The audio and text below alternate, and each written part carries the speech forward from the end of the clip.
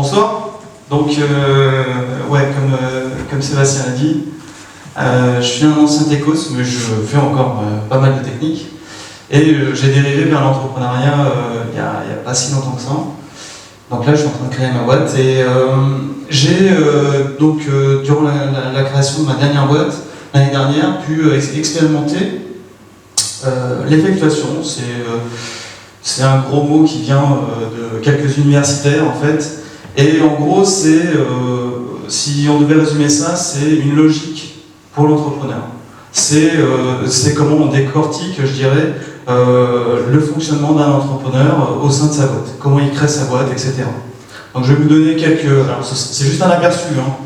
Alors 10 minutes, c'est vraiment très très short, mais l'année dernière, j'ai suivi ce MOOC de l'EM Lyon, en fait,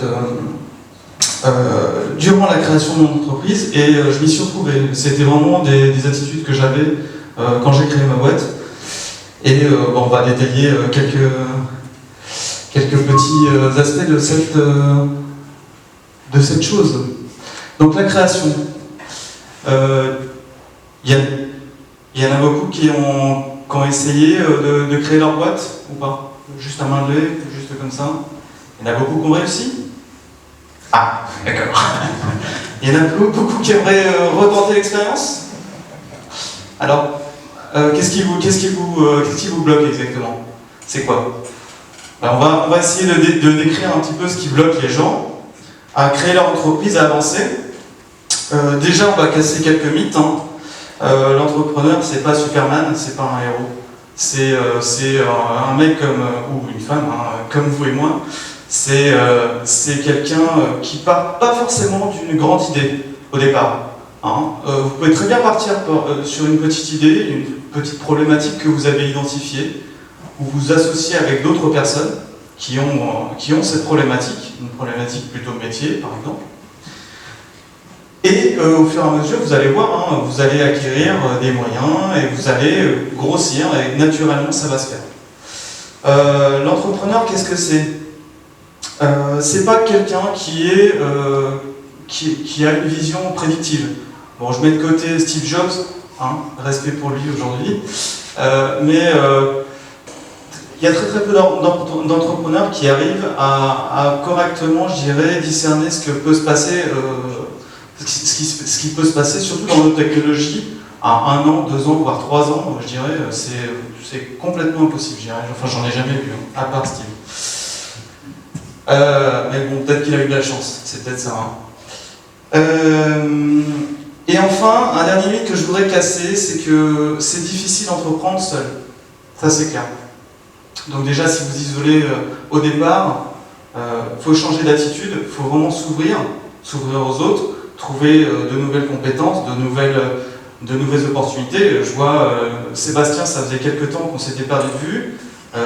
J'ai remis mon réseau en place, en marche, et j'ai ouvert un petit peu mon horizon. Je suis allé chez ManLab, j'ai discuté un peu avec vous, j'ai vu un petit peu comment ça se passait, j'ai rencontré des personnes charmantes que j'aurais jamais rencontrées. Et voilà. Le dernier mythe, vraiment à casser, sortez de votre cocon. Faites-vous mal, hein, je dirais, tirez sur l'élastique et faites le premier pas. L'effectuation, ça va être tout simple. Hein. On va directement passer sur 5 principes assez simples avec des photos qui illustrent vraiment mon propos. Et le premier, c'est une petite photo d'un film préféré. Un tien vaut mieux que 2, tu l'auras. C'est une petite phrase que j'aime bien. Je dirais que très souvent, on a l'habitude de se définir un but et ensuite d'associer des moyens pour y arriver. Ah bah, essayez de casser ça. Commencez par lister tous les moyens dont vous disposez. Et les premiers moyens dont vous disposez, c'est vous-même. C'est votre réseau, d'accord? C'est vos compétences, vos connaissances. C'est vous, d'accord? Donc déjà, si vous avez ça, c'est déjà bien. Ensuite, vous pourrez définir, je dirais, le but en fonction de ce que vous avez. Si vous avez un réseau d'amis qui sont compétents dans certains domaines du métier, qui vous ont parlé, par exemple, d'une problématique dans le transport, ou je sais pas, j'ai travaillé dans le transport dernièrement. Et c'est exactement ça, c'est vous définir déjà des premiers objectifs Et ensuite, une fois que vous avez résolu ces objectifs-là, vous avez des nouveaux moyens, et bien vous réinvestissez. Voilà, tout simplement. Donc il faut y aller de manière, je dirais, assez itérative. Hein. Je suis adepte du Scrum aussi. Et donc voilà. Donc, premier principe, retenir cette phrase. Deuxième principe, je ne l'ai pas dit dans les... j'ai oublié. Dans les mythes à casser, l'entrepreneur n'aime pas du tout le risque. Hein. Ça, il faut vous le mettre dans la tête, c'est pas quelqu'un qui aime le risque. Hein. Il aime que tout soit sous contrôle et on va expliquer pourquoi et comment on va faire ce contrôle.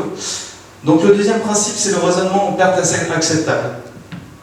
Quand j'ai créé ma boîte l'année dernière, je suis parti de mon boulot et je me suis dit, bon ben voilà, je me donne 1 an, si ça marche pas, au bout d'1 an, je retrouverai un boulot et puis je ferai autre chose, quoi, c'est pas grave.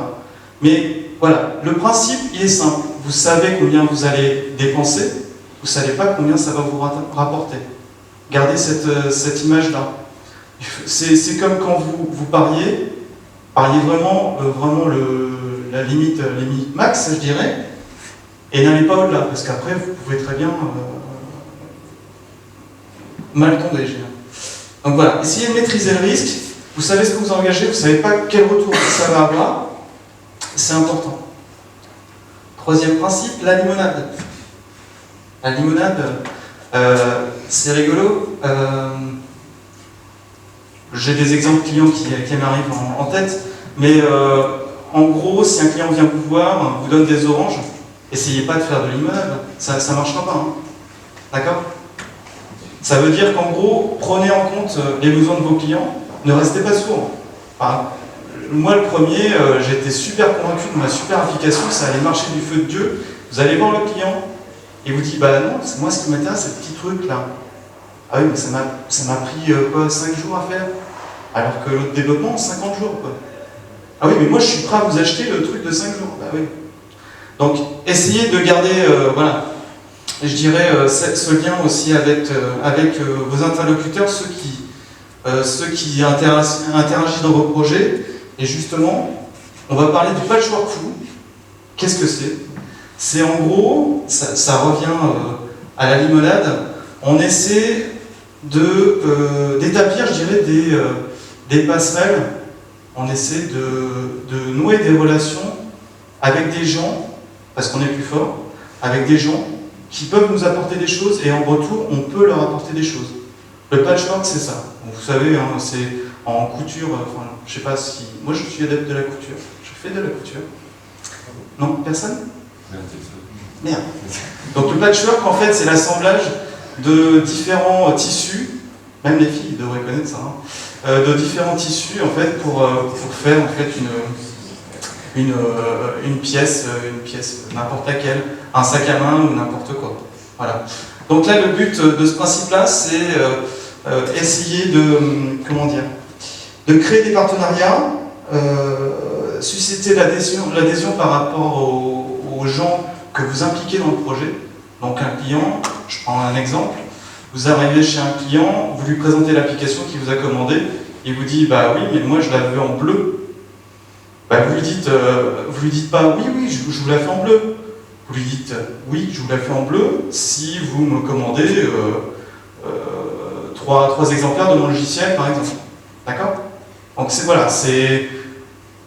avoir une condition en même temps et essayer d'établir un partenariat. Ça peut très bien être un partenariat technique par exemple.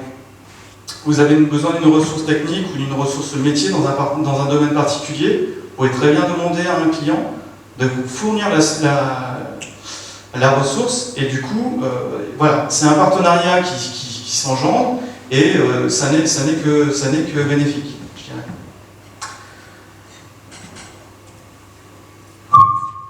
Enfin, le dernier principe, c'est qu'il faut rester maître, je dirais, de ses actions. Vous avez horreur du risque, moi aussi. Donc la meilleure façon de parer justement à ces risques, c'est de prévoir, d'accord, des alternatives et d'aller au-devant des problématiques qui peuvent vous arriver, d'accord. Donc essayez de créer votre univers. Créer votre univers, ça veut dire quoi ? Ça veut dire éviter les surprises. D'accord? C'est fini? Tu peux continuer. Ça veut dire créer des actions, je dirais, qui vont permettre, en fait, qui vont vous permettre de modifier votre avenir. C'est vous qui avez les rênes de votre avenir. Donc c'est à vous de lancer les actions pour évoluer. Voilà. Donc je crois qu'on a fait les 5 principes. Bon, bah allez-y. Il n'y a plus qu'à prendre les rênes et puis décoller pour une nouvelle aventure. C'est Laurent.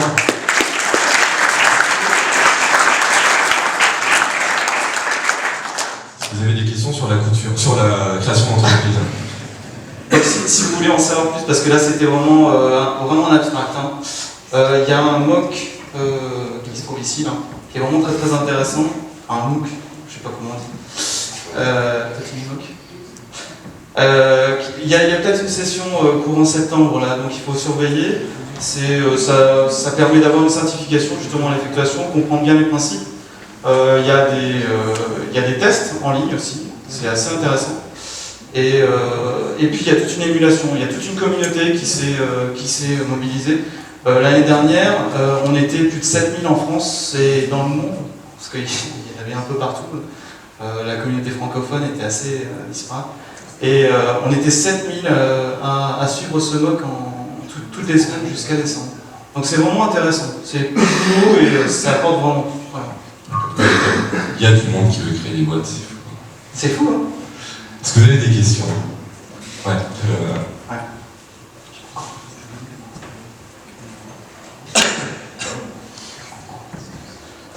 Bonsoir. Bonsoir. Vous dites que si on a une idée... Ce mélange, voilà. Donc c'est dans mes principes, ne restez pas seul, essayez, c'est pas le choix fou, essayez de trouver des collaborateurs, des amis qui peuvent aussi vous donner justement leur vision par rapport à votre idée. Voilà. On est dans l'open source. Deuxième question encore. Toujours selon le principe de l'effectuation, vous dites aussi qu'il faut commencer par ce qu'on a, donc notre compétence. Ouais. Alors, à part si vous arrivez à lever des fonds, voilà, c'est surtout... énormément de fonds, c'est la seule exception, je dirais. Mais voilà, essayez déjà d'établir tout ce dont vous disposez, et ensuite, vous voyez ce que vous pouvez faire avec. D'accord? D'accord, ok. Et voilà, donc en gros, c'est après avoir capitalisé ses compétences et ses atouts, le fait d'avoir... qu'on y va vers le financement éventuel. Ah, mais en fait, c'est un cercle, c'est sans cesse un cercle. Vous finissez votre première expérience, je dirais. Donc vous avez des nouvelles ressources, donc vous refaites un bilan, qu'est-ce que je peux faire avec ces ressources, tout en manageant votre réseau, regardez un petit peu ce qui se fait, échangeant avec des amis sur des idées, etc. Et en fonction de ça, vous reprenez des décisions. Il ne faut pas avoir peur de se rediriger vers une autre branche, je dirais. Il ne faut vraiment pas avoir peur. Parce que le risque, c'est de se prendre le mur, en fait, simplement. Surtout dans nos technos, où ça évolue très très rapidement. Voilà, tout le monde a droit à l'erreur, et il n'y a qu'en faisant des erreurs qu'on avance, de toute façon. Le mec qui est parfait, je pense que ça n'existe pas. Je pense que c'est le premier à se prendre le mur. Une autre question. Merci, Laurent. Merci.